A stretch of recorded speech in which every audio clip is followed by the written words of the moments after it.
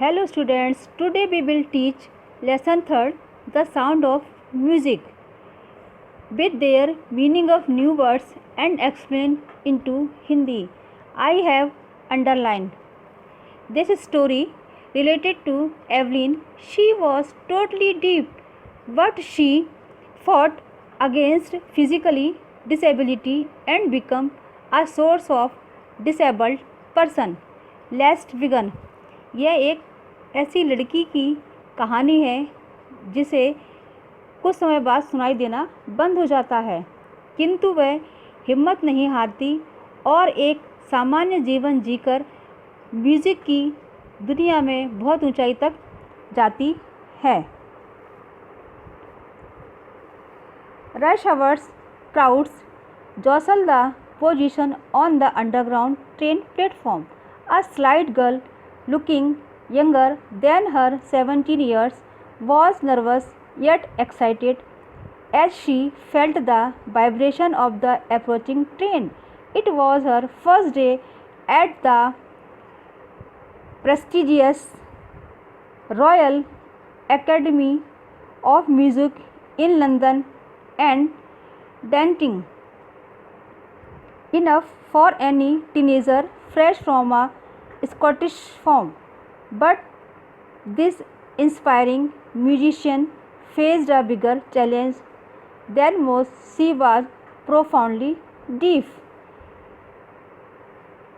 यह उस दिन की बात है जब बहुत भीड़ थी और वह लड़की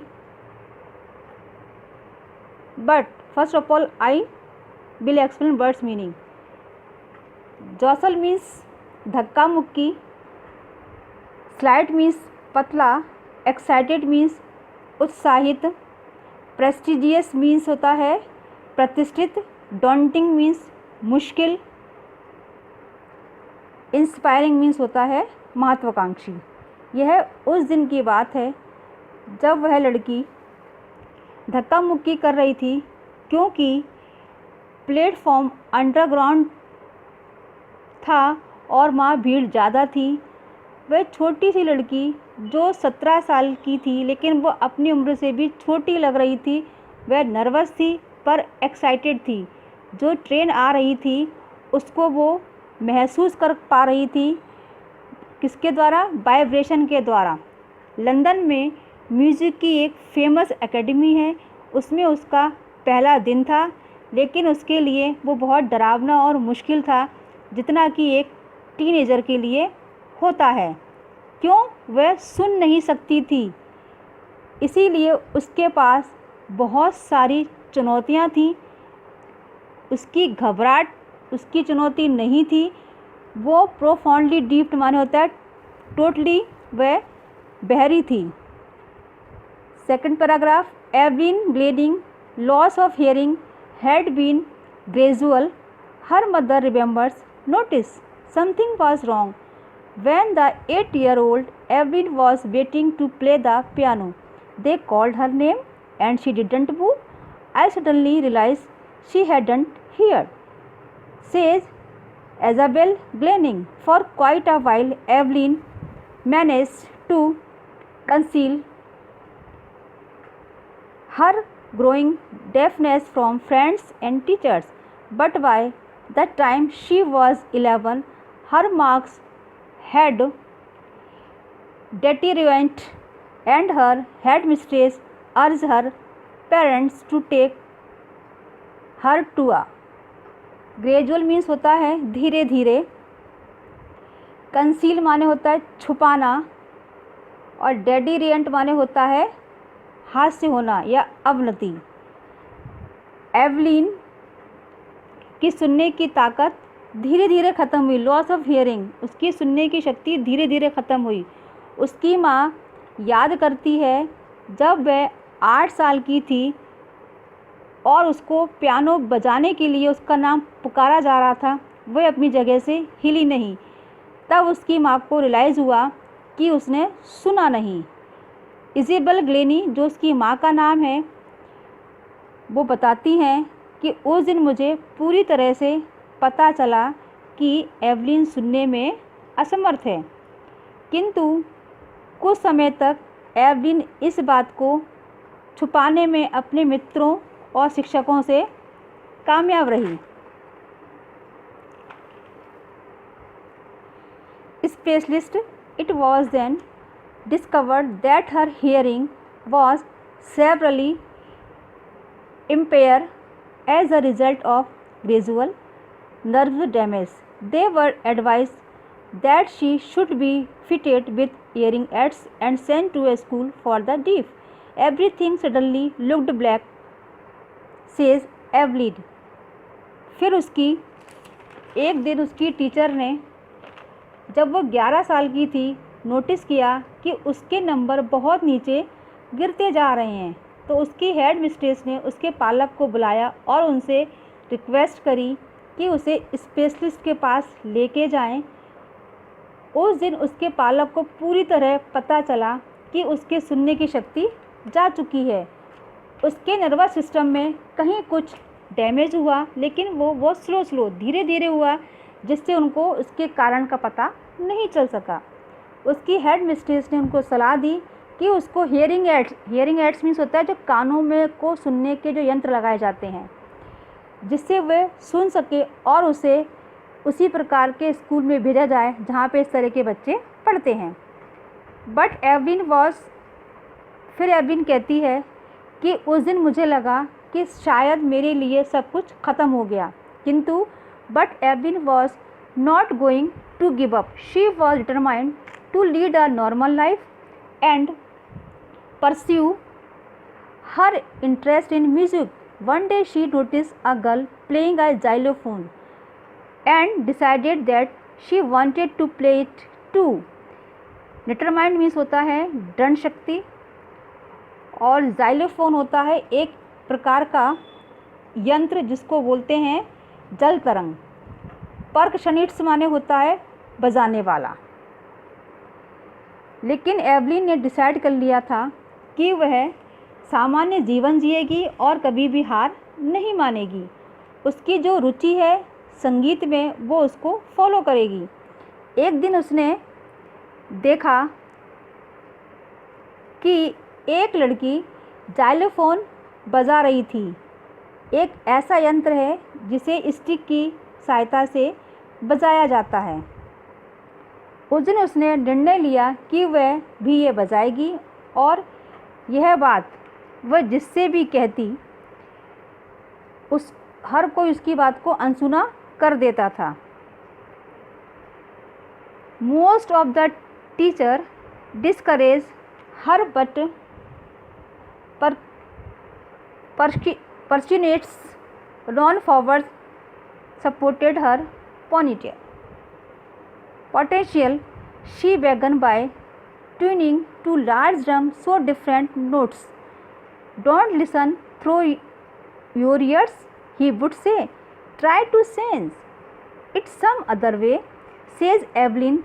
Suddenly, I realized I could feel the higher drum from the rostrum and lower one from the waist down. Forwards repeated the exercise, and soon Evelyn discovered that she could sense certain notes in different parts of her body. I had learned to open my mind and body to sound and vibration. The rest was sheer determination and hard work. What's meaning? Potential माने होता है क्षमता, और share means होता है प्रबल। वो ये बात किसी से भी कहती कि मैं म्यूज़िक में अपना कैरियर बनाना चाहती हूँ, तो कोई उसकी बात को ध्यान से नहीं सुनता था। क्यों? सब जानते थे कि वह सुन नहीं सकती, किंतु रॉन फॉवर्ड्स नाम के व्यक्ति ने एवलिन की शक्ति को पहचाना, उसकी रुचि को जाना। उन्होंने एवलिन की ट्रेनिंग की शुरुआत करनी शुरू कर दी, और उन्होंने उसके लिए 2 बड़े बड़े ड्रम्स रखे और अलग अलग टोन्स में बजाना उनको शुरू किया। एवलिन से कहा कि कानों के बजाय आप किसी और तरीके से उसके नोट्स को सुनने की कोशिश करें। एवलिन कहती है, जब कोई ड्रम बहुत तेज़ बजता तो मुझे बॉडी के ऊपर के हिस्से में बहुत तेज़ कंपन होता, और जब ड्रम स्लो बजता तो मुझे बॉडी के नीचे के हिस्से में कंपन होता। और इस तरह से वे नोट्स को अपनी बॉडी वाइब्रेशन से जोड़ने लगी, और इस तरह से वे धीरे धीरे पहचानना सीख गई। फॉरवर्ड्स इस एक्सरसाइज को बार बार उसके साथ करने लगे, और बहुत जल्दी ही एवलिन को ये पता चला कि वे अलग अलग तरीके के नोट्स को अपनी अलग अलग बॉडी पार्ट से महसूस कर सकती है। और एवलिन कहती है, उस दिन मैंने सीख लिया कि अपने शरीर को, अपने दिमाग को खोलना और अपनी बॉडी के अलग अलग पार्ट से नोट्स को पहचानना, ये उसका दृढ़ निश्चय और कठिन परिश्रम ही था। She never looked back from that point onwards. She toured the United Kingdom with a youth orchestra, and by that time she was 16.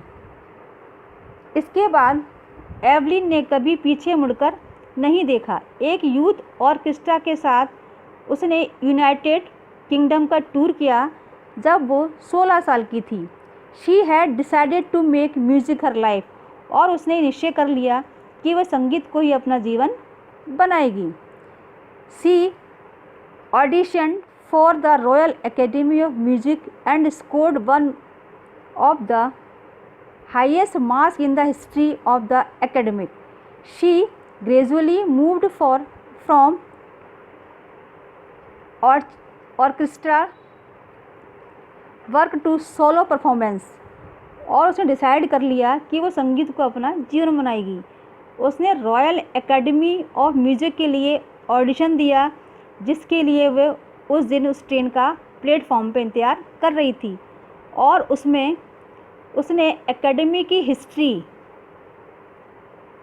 Royal Academy of music में सबसे ज़्यादा अंक हासिल करने वाली लड़की भी बनी। She gradually moved from orchestral work to solo performance, और उसने अपने आप को, सोलो परफॉर्मेंस माने होता है एकल प्रदर्शन करना, और उसने अपने आप को सोलो परफॉर्मेंस की तरफ मूव करना शुरू कर दिया।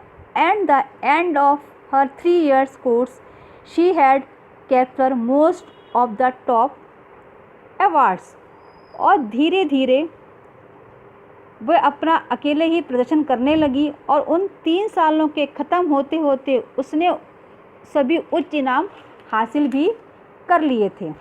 And for all this every one expect any hint of heroic achievement if you work hard and know where you are going, you will get there. And she got right to top the world's most sought after multi-percussionist with a mastery of some 1,000 instruments and hectic international schedule.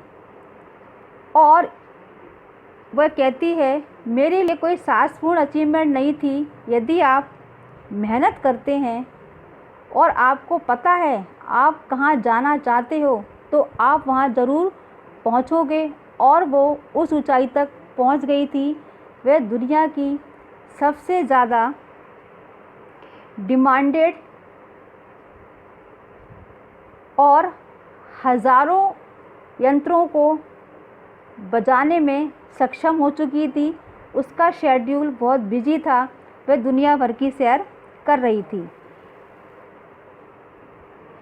It is intriguing to watch Evelyn function so effortlessly without hearing. In our 2-hour discussion, she never missed a word. Man with bushy beard give me trouble. She laughed. इसके बाद जो interview लेने गया है narrator's, वो कहता है कि वह म्यूज़िक को बिना सुने, म्यूज़िकल इंस्ट्रूमेंट को बजाने में इतनी मग्न थी और मग्न होती थी कि वो अपनी बॉडी के वाइब्रेशन से ही इतनी सुंदर धुन निकालती थी जो किसी चमत्कार से कम नहीं था। और हमारी 2 घंटे की बातचीत में उसने कोई भी शब्द को मिस नहीं किया था। किंतु एवलिन कहती है कि उसे सबसे ज़्यादा उन लोगों से बात करने में परेशानी होती है जो दाढ़ी रखते हैं, और वह हंसती है। इसके आगे का लेसन हम नेक्स्ट वीडियो में कंटिन्यू करेंगे। Thank you for watching this video.